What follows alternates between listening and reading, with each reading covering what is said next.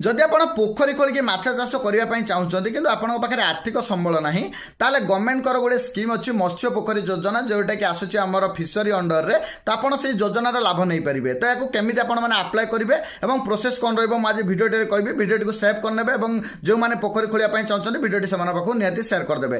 ଦେଖନ୍ତୁ ପ୍ରଥମେ ଆପଣଙ୍କୁ ଗୋ ସୋଗମରେ ରେଜିଷ୍ଟ୍ରେସନ କରିବା ପାଇଁ ପଡ଼ିବ। ରେଜିଷ୍ଟ୍ରେସନ କଲା ପରେ ଆପଣ ସେଠାରେ ଫିସରୀ ଅଛି ଫିସରୀ ଡିପାର୍ଟମେଣ୍ଟକୁ ଯାଇକି ଆପଣ ମତ୍ସ୍ୟ ପୋଖରୀ ଯୋଜନାରେ ଆପଣଙ୍କୁ ଆପ୍ଲାଏ କରିବା ପାଇଁ ପଡ଼ିବ। ଦେଖନ୍ତୁ ଏଥିରେ ମିନିମମ୍ ଆପଣ 6 ଗୁଣ୍ଠ ଜମିରେ ପୋଖରୀ କରିପାରିବେ ମାନେ 24 ଡିସମିଲ୍ ମ୍ୟାକ୍ସିମମ୍ ଆପଣ 2.5 ଏକର ଜମିରେ ପୋଖରୀ ଖୋଳିପାରିବେ ଯେଉଁଥିରେ କି ଆପଣଙ୍କୁ 60% ସବସିଡି ମିଳିବ ଖୋଳିବା ପାଇଁ ତା ସହିତ ମେଡିସିନ ଖାଦ୍ୟ ପାଇଁ ମଧ୍ୟ ଆପଣଙ୍କୁ 60% ସବସିଡି ମିଳିବ। ଏବଂ ତା ସହିତ ଆପଣ ଯଦି ଦେଖିବେ ଏଥିରେ ଦେଖନ୍ତୁ କୌଣସି ଏନର୍ଜିଏସ୍ ସ୍କିମ୍ ନାହିଁ ଯେମିତି ଆମର ଏନର୍ଜିଏସ୍ ହୁଏ ମୋ ପୋଖରୀରେ। ତ ଏଥିରେ ଆପଣ କେଉଁଥିରେ ବି ଆପଣ ଖୋଳିପାରିବେ ହାତରେ ଖୋଳିପାରିବେ କିମ୍ବା ମେସିନ୍ ଲଗେଇକି ମଧ୍ୟ ପୋଖରୀ ଆପଣ ଖୋଳିପାରିବେ। ତ ସେଥିରେ ଆପଣ କୌଣସି ରେଷ୍ଟ୍ରିକ୍ସନ୍ ନାହିଁ ଆପଣ ଯେମିତି ବି ଖୋଳିଲେ ଆପଣଙ୍କୁ ଟଙ୍କା ମିଳିବ କେବଳ ଆପଣ ଯାହା ବି କ୍ରାଇଟେରିଆ ଅଛି ତାକୁ ଆପଣ ଫଲୋ କରିବା ଦରକାର।